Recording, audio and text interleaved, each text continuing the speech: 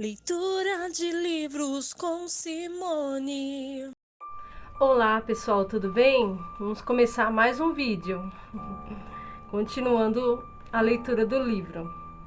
Certa vez um cristão me disse: eu simplesmente adoro suas fitas. Já ouvi 30 ou 40 delas, mas uma me desagradou tanto que não consegui mais ouvir nenhuma delas. Ele estava discordando de uma coisa tão sem importância que fiquei surpreso com essa forte reação. Você precisa entender que eu sou apenas um homem como você. Meu ensino tem algumas partes de Deus e outras que são minhas.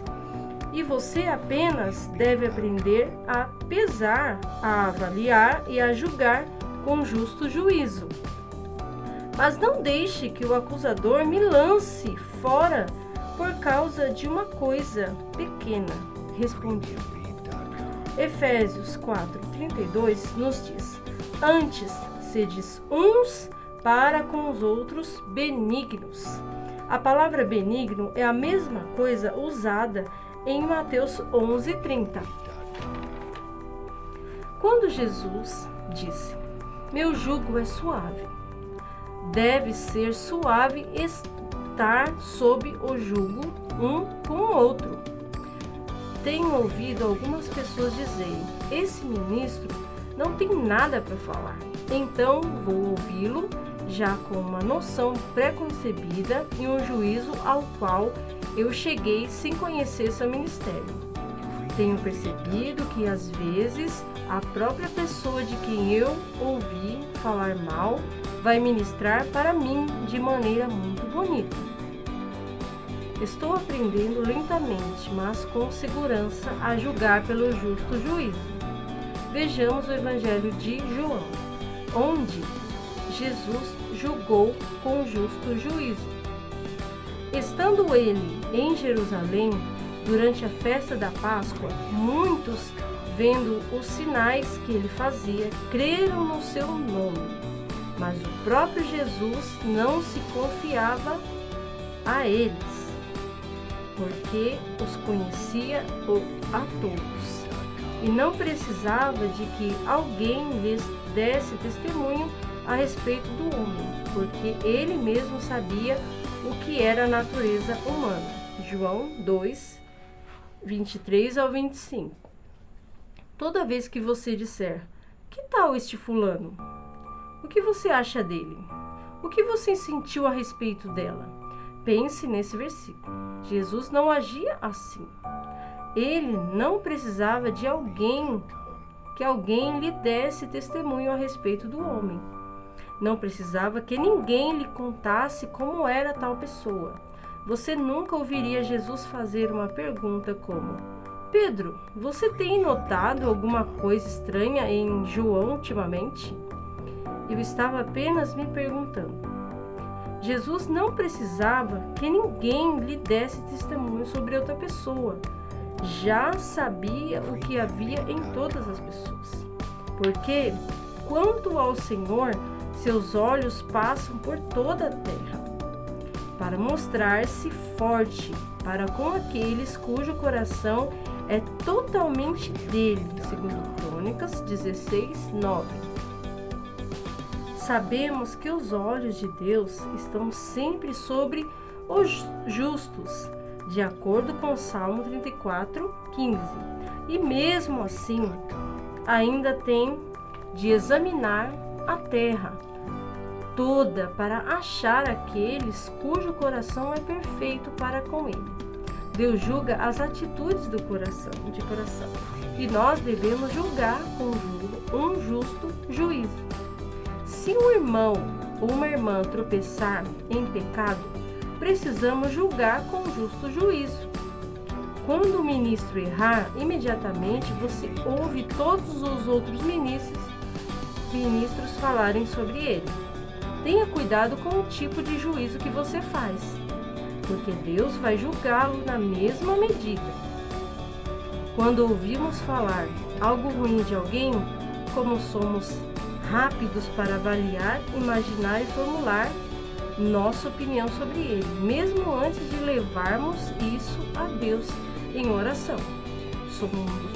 Somos muito rápidos para julgar pelo que vemos com os olhos. Deus quer nos usar para o justo juízo e não que sejamos usados pelo acusador. Tenho ouvido coisas terríveis sobre ministros.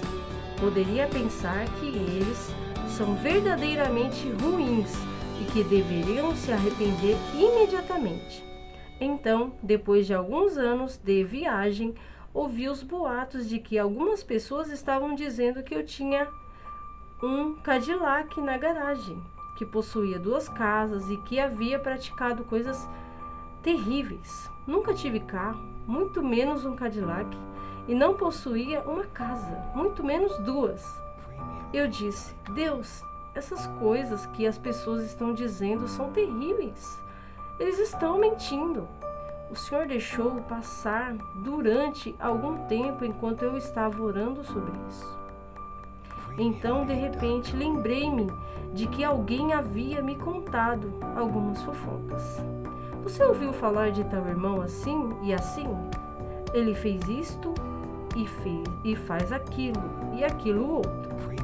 O Senhor me fez lembrar como eu havia sido rápido em acreditar naquela conversa. Eu me arrependi. Crescemos aprendendo como avaliar e julgar conforme o natural. E é difícil aprender a julgar conforme o espiritual. Um exemplo dessa verdade é encontrado em Atos 9. Mas vamos introduzir minhas observações sobre o tratamento de Saulo. Pensamos frequentemente na igreja de Novo Testamento como perfeita, mas ela estava longe da perfeição. Em Atos 9, há um exemplo de como Satanás acusou um irmão perante outros cristãos e causou suspeita e rejeição. Se não fosse um homem, Barnabé, que soube julgar com justo juízo, Saulo poderia ter sido ferido para sempre. O capítulo 9 de Atos conta a história de Saulo, um zelote impetuoso. Jesus o confrontou na estrada para Damasco com uma luz deslumbrante. Jesus apareceu a Ananias e lhe disse para ir à rua que se chama Direita e na casa de Judas. Procura por Saulo, apelidado de Tarso, pois ele está orando. Atos 9, 11. Ele estava disposto a ir? Não, ele começou a dar para Deus um relatório de notícias imediatamente. Senhor, tu não tens ouvido as coisas terríveis que este homem tem feito aos teus santos em Jerusalém? Ananias argumentou com o Senhor, mas o Senhor lhe disse: vai, porque este é para mim um instrumento escolhido. O Senhor não é muito dado a explicações, ele apenas diz: vai. E então também diz a Ananias as coisas que Saulo tem de sofrer. Aquele dia, Saulo se tornou um crente vibrante. Tendo Saulo chegado a Jerusalém, procurou juntar-se com os discípulos. Todos, porém, o temiam, não acreditando que ele fosse discípulo. Atos 9, 26. As Escrituras não dizem quando Paulo chegou, mas dizem quando Saulo chegou. Ele ainda era não reconhecido. É difícil para mim imaginar que os cristãos nunca citavam Paulo, mas era este o caso. Vamos usar nossa imaginação em relação à tentativa do novo convertido para se juntar aos discípulos. Mas me arrependi. Eu vi uma luz deslumbrante na estrada. Havia alguns dos irmãos com você quando isso aconteceu? Não. Eu ainda não era cristão. Por isso, certamente não estaria com cristãos quando isso aconteceu. As escrituras dizem que pela boca de 2 ou 3 testemunhas toda palavra será estabelecida. Mas realmente me arrependi. Isso é um diálogozinho, né? Vamos dizer assim, a conversa, né? Um exemplo da conversa de Paulo com os discípulos. Continuando, mas realmente me arrependi. Eu sinto muito por todo o dano que causei e fui perdoado por haver lançado seus parentes na prisão. Imagine tudo o que ele teve de superar. Não havia perdão nem confiança para esse novo irmão.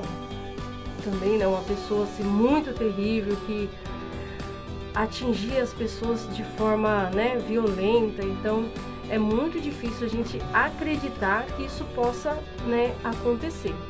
Mas no caso de Saulo, Deus transformou ele em Paulo, né? Graças a Deus. Eles tinham parentes e amigos que estavam na prisão por causa do trabalho de Saulo contra eles. Nós vemos neles a acusação de Satanás. Se havia uma coisa que Satanás não queria, era que Saulo se tornasse uma parte ativa da igreja. Ele faria de tudo o que pudesse para manter Saulo distante. Satanás rodeou por ali, sussurrando-lhe nos ouvidos: ele não é um crente, não lhe des ouvido, não acreditem nele, este é o homem que está espionando a igreja, ele é o líder dos perseguidores da igreja, tenham cuidado, não sejam muito cordiais com ele. Os sussurros de Satanás fizeram com que os cristãos tivessem medo de Saulo. Saulo não recebeu muitos abraços quando chegou em Jerusalém. Sei como ele se sentiu. Imagino que ele recebeu alguns abraços, como os que eu tenho recebido. Vou para um lugar novo, me sinto em evidência. Então logo vêm os presbíteros. Oh, sim, eles querem abraçá-lo. Eu preferiria apenas continuar com o velho aperto de mão. Louvado seja Deus pelos presbíteros. Em 5 segundos, eles esperam que eu dê um resumo de todo o meu passado. Eles me dão uma olhada, examinando-me da cabeça aos pés, e perguntam: você é casado? Você paga suas contas? Eles me interrogam como verdadeiros detetives, em vez de orar por mim antes da reunião. Eu me sinto como um boi que vai para o matadouro ou como um cordeiro diante de seus tosquiadores. A linha de pensamento deles parece ser que ninguém pode expulsar demônios em nome de Jesus, se não segui-los. Bom, gente, até a próxima, né? Graças a Deus, mais um pouquinho, né, desse livro, Como Calar o Acusador, tá bom? Aqui tem o autor, tá? Então, Deus abençoe vocês e até a próxima leitura. Tchau, tchau, pessoal!